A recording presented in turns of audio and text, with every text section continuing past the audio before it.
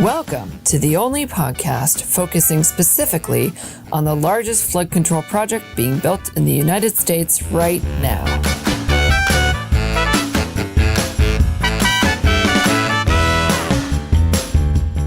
Hosted by former news anchor and Fargo resident Daron Selvig. This is the Diversion Download. Hello, everybody, and welcome again to the Diversion Download podcast. I'm Daron Selvig, and as always, really nice to have you here today to talk about this very important flood protection project and all the things that have to do with that. It's an ongoing conversation that we're doing in several episodes.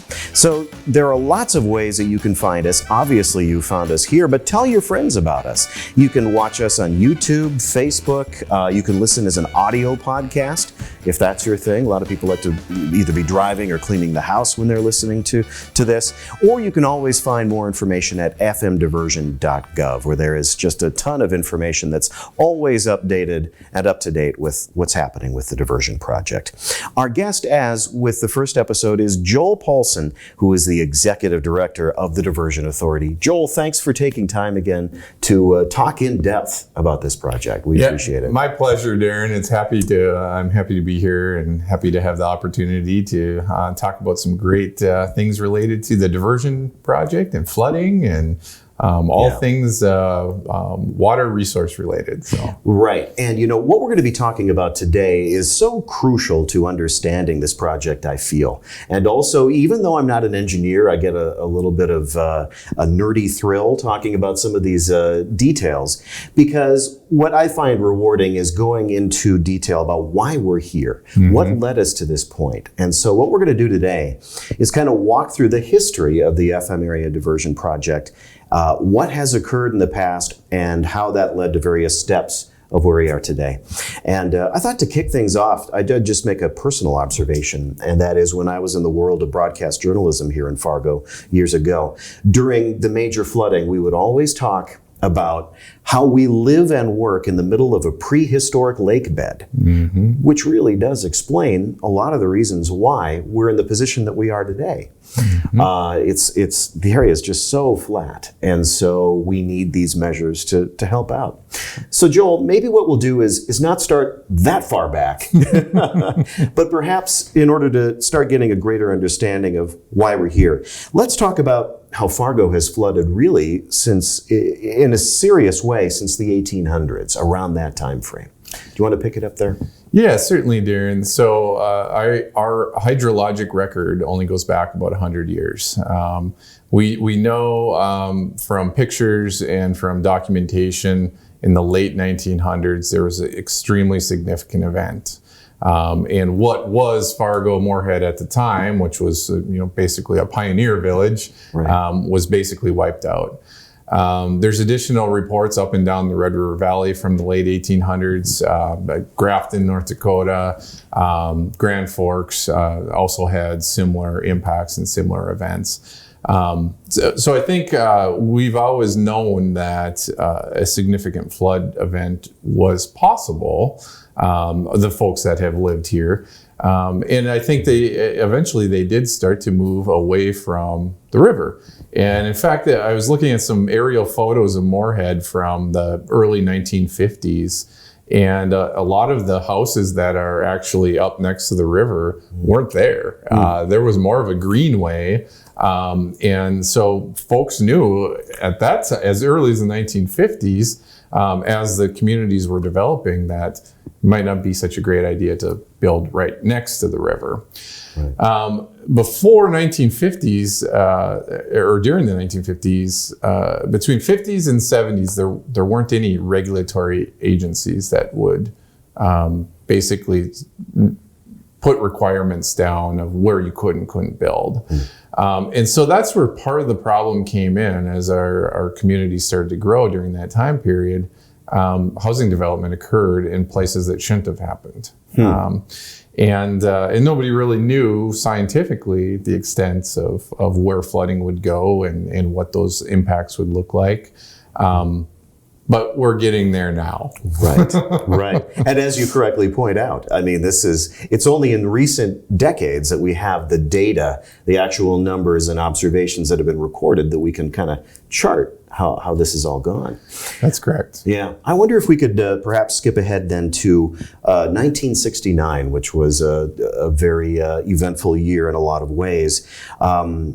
There was about 41.4 inches of snow by the calculations that I have in front of me now, and in at least parts of the region here. And the Winnipeg diversion in Canada was also new that year. Right. So maybe talk about that year and what was going on. Yeah, absolutely. And so the Winnipeg diversion was being implemented, prior to '69. A large flood event occurred. Had that Winnipeg diversion not been in place, the city would have had severe destruction. And so it was the first time that I think we saw in the Red River Valley a successful implementation of a diversion project protecting a community. And since 1969, that diversion in Winnipeg has saved billions and billions and billions of potential damages from flood events, and as well paid for itself 100 times over. Oh, sure. And not only that, but Winnipeg has continued to improve that project and expand the capacity of their diversion channel. And a lot of that, and maybe we'll get into it in a little bit here, but a lot of that has been the changes in our climate that have occurred over the last 100 years. We're seeing increasingly wetter summers and falls, which really sets the stage for spring flooding. If you saturate the ground in the fall and you freeze it, that water stays there over the winter. And come springtime, the water has nowhere else to go but to the river. It can't go into the ground because there's no capacity there. Not only that, but we've seen increasingly higher snowfall events and snowpack over the winter as well. And we've seen that melt much faster in the springtime. All of those variables result in higher peaks on our rivers and in more water in general. Yeah, so. And that's a really key point as we get into discussion of where we are in this century as to what's going on. Absolutely. Right. Now, just 5 years later, by the way, I wanted to ask you, how valuable is it to you as an engineer and as the executive director of the Diversion Authority to be able to look at the Winnipeg diversion and see how that's operated? That has to be a really valuable real-world example for you. Yeah, it's been pretty significant for us. I mean, the model of what we're implementing here has already been created up around Winnipeg, and it's been successfully used. And we've taken a lot of principles of the design of that Winnipeg diversion project and brought them back here to Fargo in how our diversion is going to operate. They have a very similar concept of a dry dam and metering the water into a diversion channel and staging it upstream. I wish we didn't have to stage the water upstream and have the impacts that we do. But unfortunately, in water projects, the water has to go somewhere. It either goes downstream, upstream, or in our basements. Yeah. And we prefer not to have it in our basements and impacting the structures in the developed parts of Fargo, of course. Absolutely.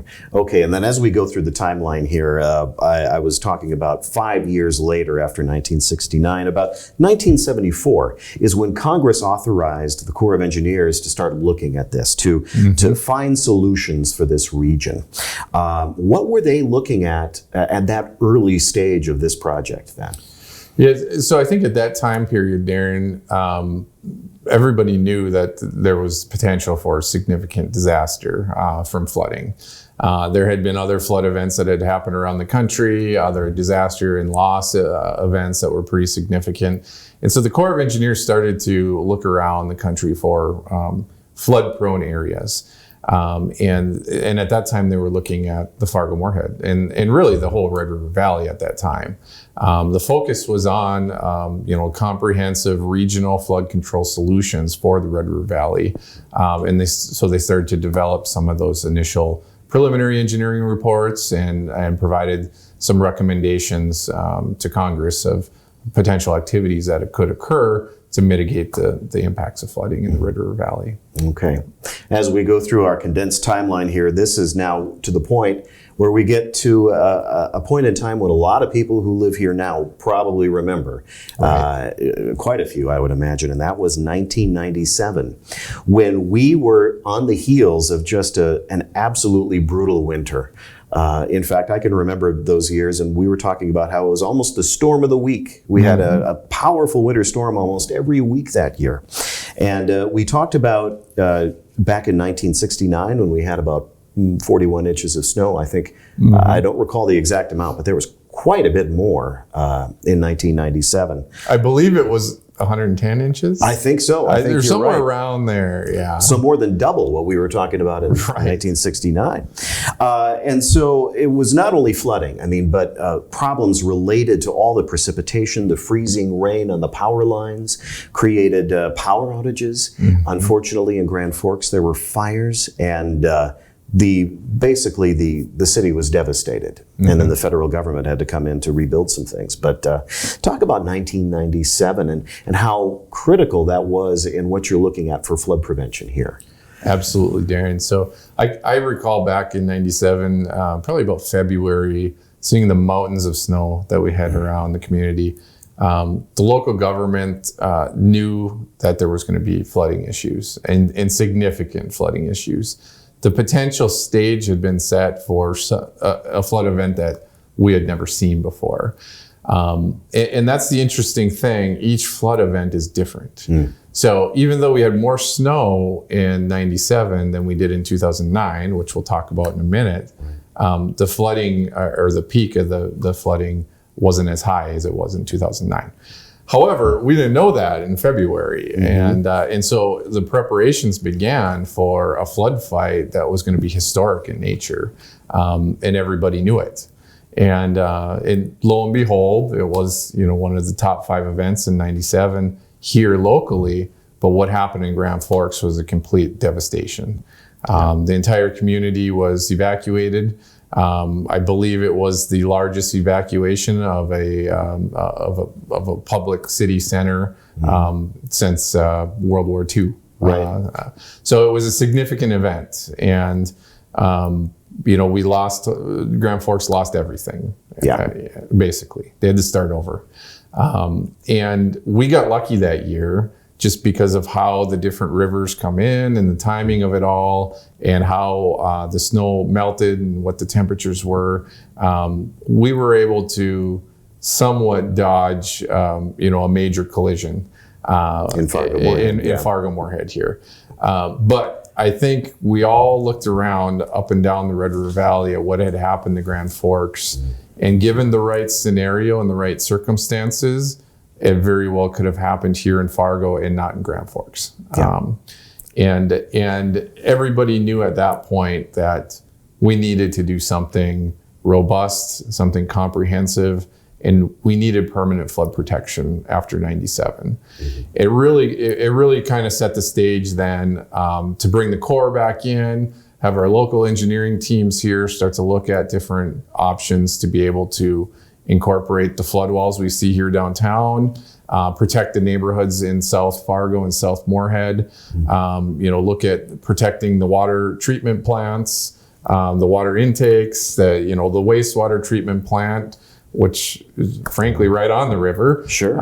And so some of the most important pieces of our cities were at significant risk that I don't think anybody really realized or had the data to understand prior to that '97 flood event. Right. And of course, homeowners will remember on a personal level how it affects them, and especially those who were living by the river or other areas where the water was rising. They had to have friends, neighbors, volunteers, whoever could come and help sandbag their homes. Yeah, and there were legions of people helping out with that. Well, and that's something I didn't talk about, Daron, is there were hundreds of homes that had flood impacts here in Fargo.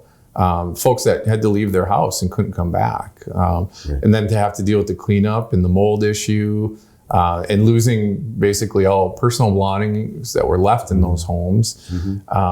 It was still devastating here in Fargo in '97, not so much as Grand Forks, of course, losing the entire city.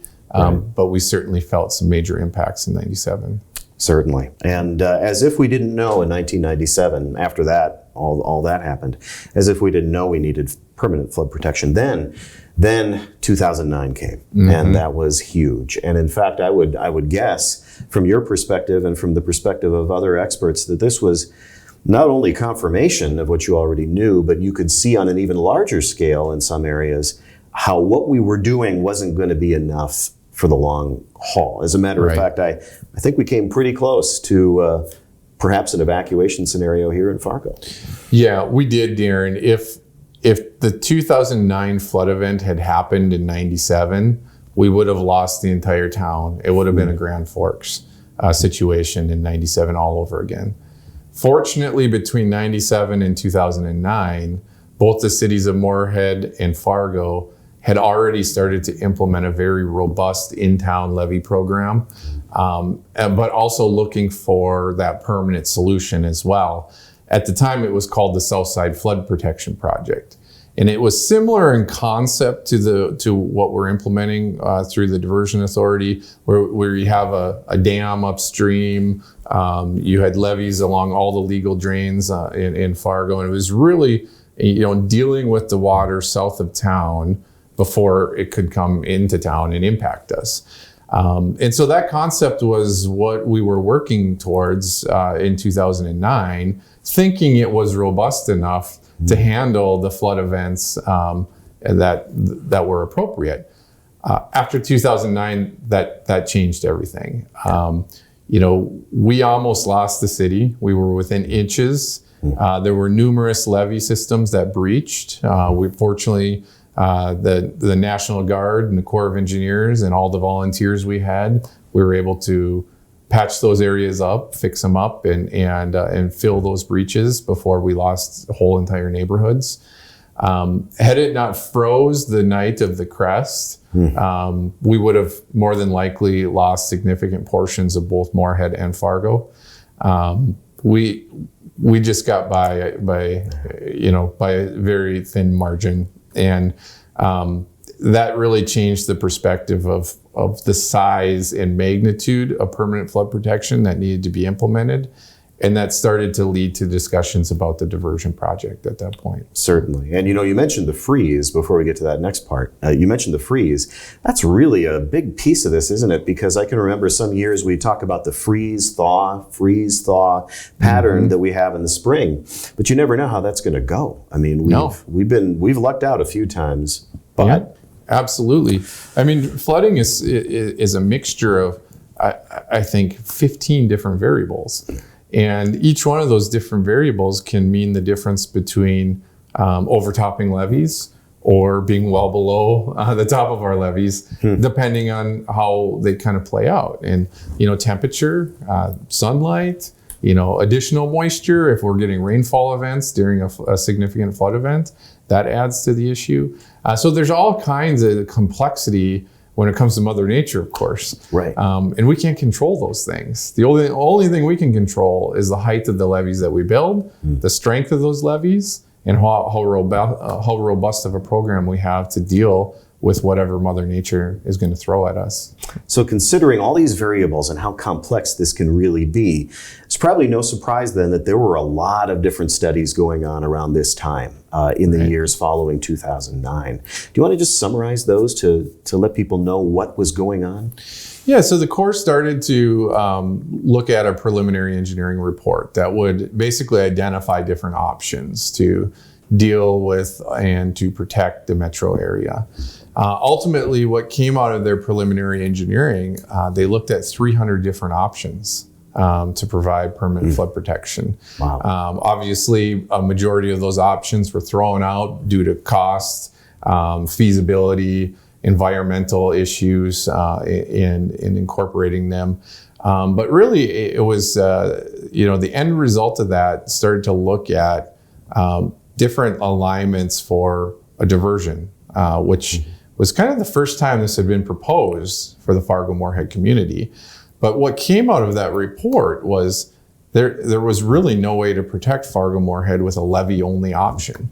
What we had been doing between 97 and 2009 allowed us to fight the 2009 flood, but it wasn't going to be substantial enough long-term to provide the level of protection that Fargo-Moorhead needed. And so, of course, that report ultimately showed a Minnesota side diversion channel, North Dakota side diversion channel, differing lengths and differing locations of in and out on the river. But it really started to get the discussion going of, okay, we know a diversion channel is necessary, and we need to start moving in the direction of planning and getting more into the details of what that means. Yeah. So there was a lot of due diligence going on at this time, looking at, like you said, you started with something like 300 options, and you knew you had to start from that big level and whittle it down to the best option. And so, as you said, you discovered that a diversion was really the best way to handle the situation. What alignment was looking the best at that time, and how is this process evolving? Yeah, so initially the Minnesota alignment was looked at as the most feasible from an engineering perspective, and as far as cost is associated with that decision as well. There was some political pushback from the Minnesota side on putting a diversion channel in Minnesota. Farmers, this is the first time farmers had really come out in opposition to the project due to the, of course, the impact on farmland and the magnitude of acreage that would need to be purchased for a project like a diversion. And so there was a lot of discussion around, okay, where do we go? And ultimately, what is the most robust solution? Now, one thing to consider that I think gets lost in the message quite often is the diversion alignments on the North Dakota side really kind of took care of all of the incoming tributaries as well. And if we always talk about the Red River flooding, but in certain years, we've had more water coming from the Wild Rice, the Cheyenne, and the Maple Rivers coming overland, breaking out and impacting Fargo. And so when those rivers peak at different times, if they're coincidental, they really cause some issues because they're both peaking at the same time. And it raises the floodwater everywhere around Fargo-Moorhead. The Minnesota diversion did not protect against that tributary flow. And so Cass County started to get involved at that point very vocally, saying, we need protection for rural Cass County residents. And the Minnesota diversion channel does not provide that. It certainly would have provided enough protection for Fargo-Moorhead, West Fargo. But you'd be leaving out the residents in rural Cass County. A lot of subdivisions in rural Cass County that have been impacted in the past and are still impacted by flooding. Harwood would be left out. And so it really wasn't that regional flood protection concept that I think everyone was really searching for at the time. Right. Yeah. And you do mention the impacts to landowners, and that has to be one of the hard parts, right? I mean, absolutely, because with a project of this size, somebody is going to get impacted in that way, and no one wants to see that. Yeah, water projects are hard, Daron. As I mentioned earlier, somebody's always impacted negatively when you do a water project. The water it has to go somewhere. It has to be stored. It has to flow through some path in some manner, and at a certain speed. And all of those different variables have impacts on different people, whether it be downstream or upstream. Now, the initial concept for these diversion alignments did not have a dam. It was just a diversion channel. And so one of the impacts being expressed at that point were downstream impacts. And these downstream impacts were all the way to Canada. which provided, some concern from our friends up north. Sure. Obviously. Yeah. And some international discussions about what was being done here in Fargo-Moorhead. And so that's all of those different things were being dealt with at the time. Right. And where are the impacts going to be, whether they're upstream, downstream? Are they going to be in Minnesota, North Dakota? And how do you mitigate those? Mm-hmm. It was already being talked about, but not a lot of great answers. So it left a lot of uncertainty on the table as well. Yeah. And I know the processes are in place and have been in place for some time, in many cases guided by the government policies. That's right. To take care of those that are impacted in this way. That's right. Let's talk a little bit about how the project handles the water. You mentioned the dam. Mm-hmm. There's also an upstream storage area and a mitigation area. Talk about the landowners that are affected. How does all of that work? Yeah, absolutely. So as I had mentioned before the incorporation of the dam component, the concerns from downstream political subdivisions, the concerns of Canada with the enhanced downstream impacts really kind of pointed to, we can't do this.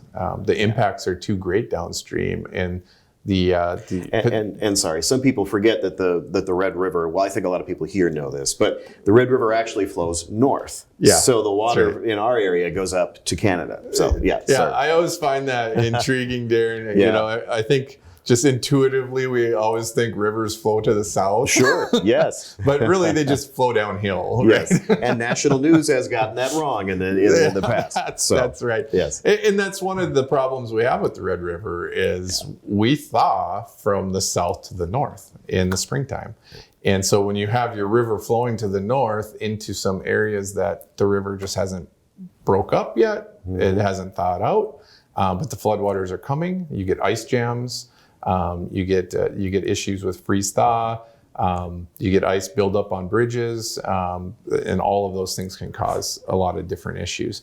Not to mention, we're as flat as a pancake around here, and so any little increase in water surface elevation in the river due to ice jams can really spread out in a large area. So we deal with all these problems. But we knew at the time that the downstream impacts were too great. In order to mitigate for those, it would be it would almost make the project not feasible. So the concept of the dam now took place, and that concept of the dam was to retain the water upstream of Fargo-Moorhead, and which is essentially south of Fargo-Moorhead. Which is south of Fargo-Moorhead. And that retention of the water then would be released at a rate that could be handled by the main river and the diversion channel working together. And so really how this all works is we've defined an area that is impacted.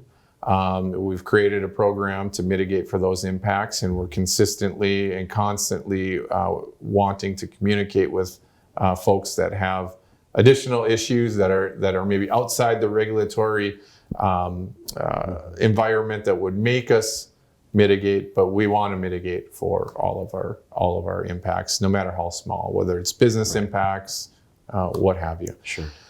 So we store this water in the upstream. We call it the upstream retention area, and at a certain point, there's control structures on the Red River and the inlet for the diversion channel, as well as the Wild Rice River. The operation of those gates really is our ability to hold water and meter it through at the appropriate rates. And so it's the operation of those gates are extremely important in keeping the water surface elevation going through town appropriate, and keeping the water surface elevation in the retention area appropriate. So about river stage level 37 is when we start to operate those gates. Okay. And so I think I can't remember exactly the river stage in 97. I think it was maybe 39 feet. So you have to think we're going to have a pretty significant flood event to even start operating this project. And right now we're estimating that it would more than likely be operated about once every 20 years. But the fact of the matter is it's there when we need it. And right. it's there to protect from these extreme events that without it, we would lose the entire town and we would have another Grand Forks situation from 97. Right. Some other interesting things as far as the operation, the diversion channel will also accept water from the Cheyenne River. It overflows into the diversion channel, so it does provide protection for Horace, West Fargo. Even though they're protected by the Cheyenne Diversion Project, the FM Diversion Project is going to work together with that one to provide them even more protection than they've ever had. Also, the Maple River will flow into the diversion channel as well.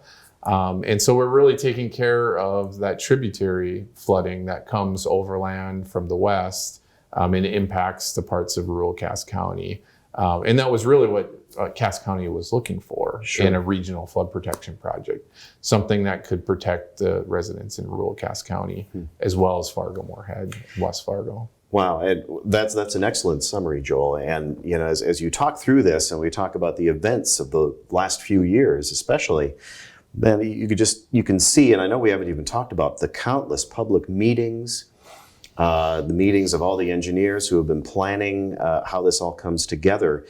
And you look at how it started as a Minnesota side diversion, how it evolved through all these discussions and research into something that, as you say, can funnel in the water from all these other bodies as well, and is a better project as a result. Yeah, that's right. I mean, you mentioned it, Daron. Hundreds, probably thousands of meetings were had on this subject over the last decade. And the project just kept evolving every year. As new issues would come up, folks would get together and try to tackle those. Simple fact of the matter is not everybody is happy all the time with the decisions that are being made.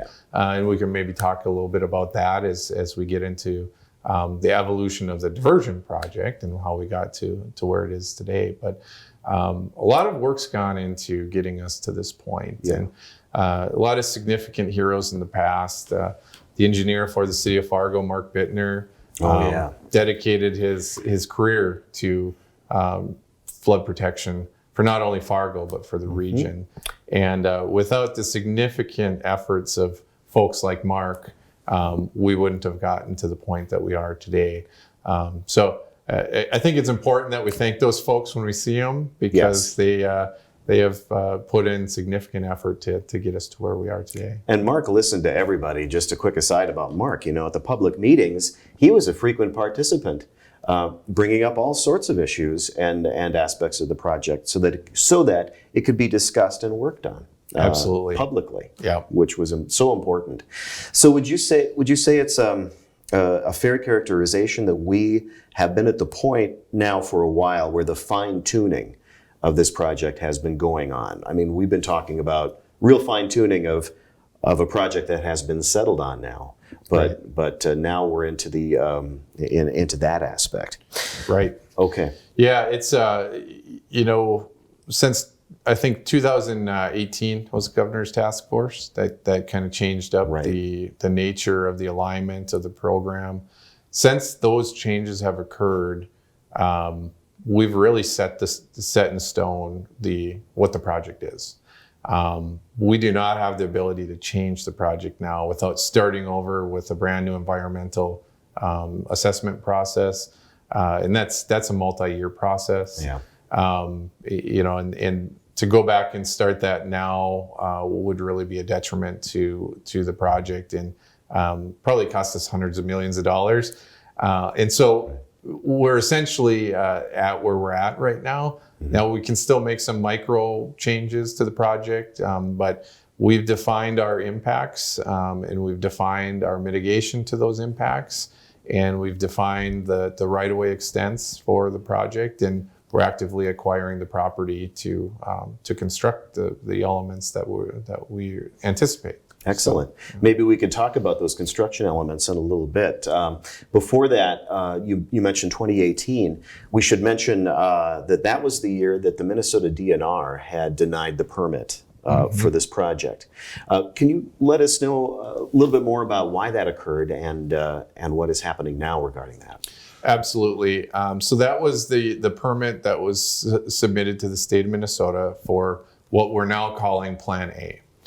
And the state of Minnesota denied the permit on the basis that the project was not reasonable in nature, and that it was too impactful to the state of Minnesota.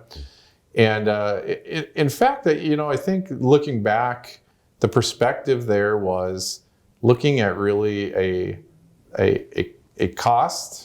And not just the cost in monetary standpoint, but also the cost to the socioeconomic fabric of different neighborhoods, communities, and counties. And it was really an unequal distribution of impacts to benefits for the different states between North Dakota and Minnesota. So at that point, Governor Dayton at the time and Governor Burgum started to discuss potential options to continue to move forward on a flood control project, but addressing some of the changes that would need to occur in order to get those impacts and benefits back in line. And so through a process called the Governor's Task Force, the governor's appointed individuals. I was appointed by Governor Dayton to serve on that task force. And we really got into the weeds in the nuanced specifics of everything related to how the project got to where it was and why we did things the way we did. And changes were suggested to a technical working group that took those changes and incorporated them into the project. And those changes resulted in an impact benefit that were the same in Minnesota as in North Dakota. Great. And so Minnesota is sharing some impact, but the impact that they're sharing is equivalent to the benefits that they're receiving, and vice versa for North Dakota. Good. And so that allowed us to really then move forward with this revised project, go through the environmental process, which was not challenged by anybody. And then ultimately, after the environmental process, we submitted for another permit from the state of Minnesota. And that permit was granted. So, okay, excellent.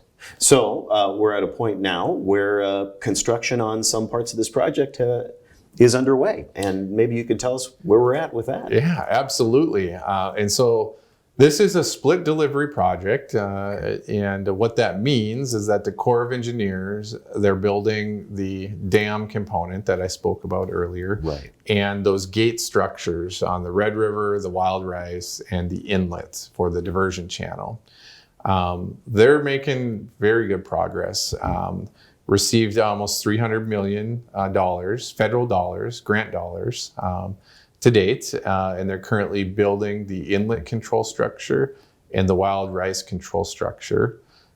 Next summer, we're anticipating building the first portion of the dam, and we're also going to be doing a grade raise project for I-29 to lift it up so that transportation can continue during flood events when we're using that staging area. And we're about right now 65% done designing the Red River control structure, which is going to be a massive construction project on its own merits. Right. About a $250 million structure, and that will more than likely move forward in 2022. So a lot of federal construction happening right now and anticipated in the next couple of years. The Diversion Authority is responsible for building the channel itself, the diversion channel, and all the bridges and the aqueduct on the Cheyenne River and the aqueduct on the Maple River. We're moving very close to hiring a contractor to do that entire project.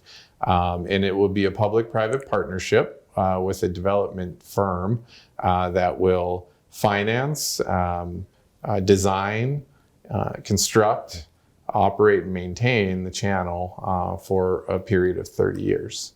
And so we expect to be getting bids from 3 different teams, probably about March of next year.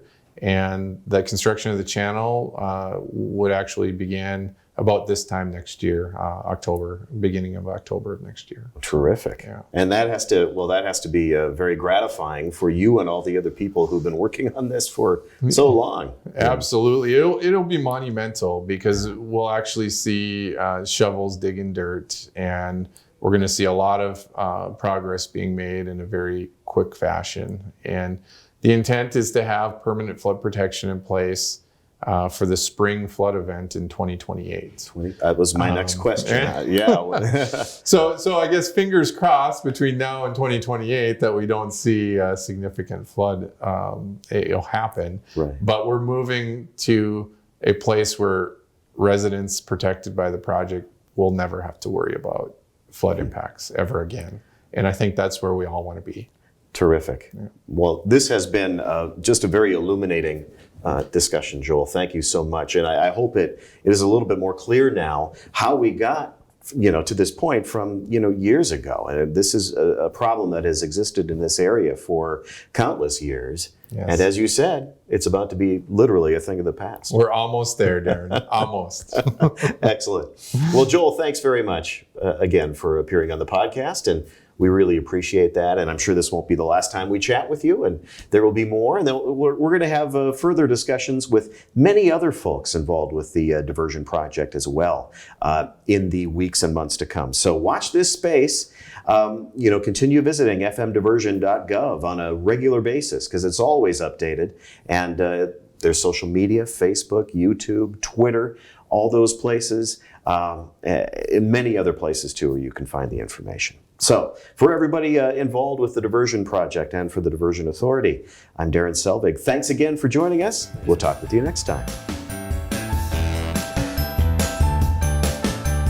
The Diversion Download is produced and distributed by the Metro Flood Diversion Board of Authority.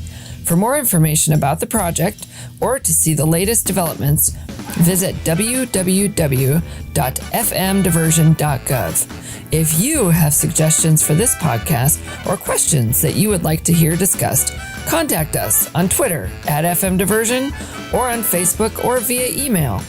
Thanks for joining us, and we'll see you next time.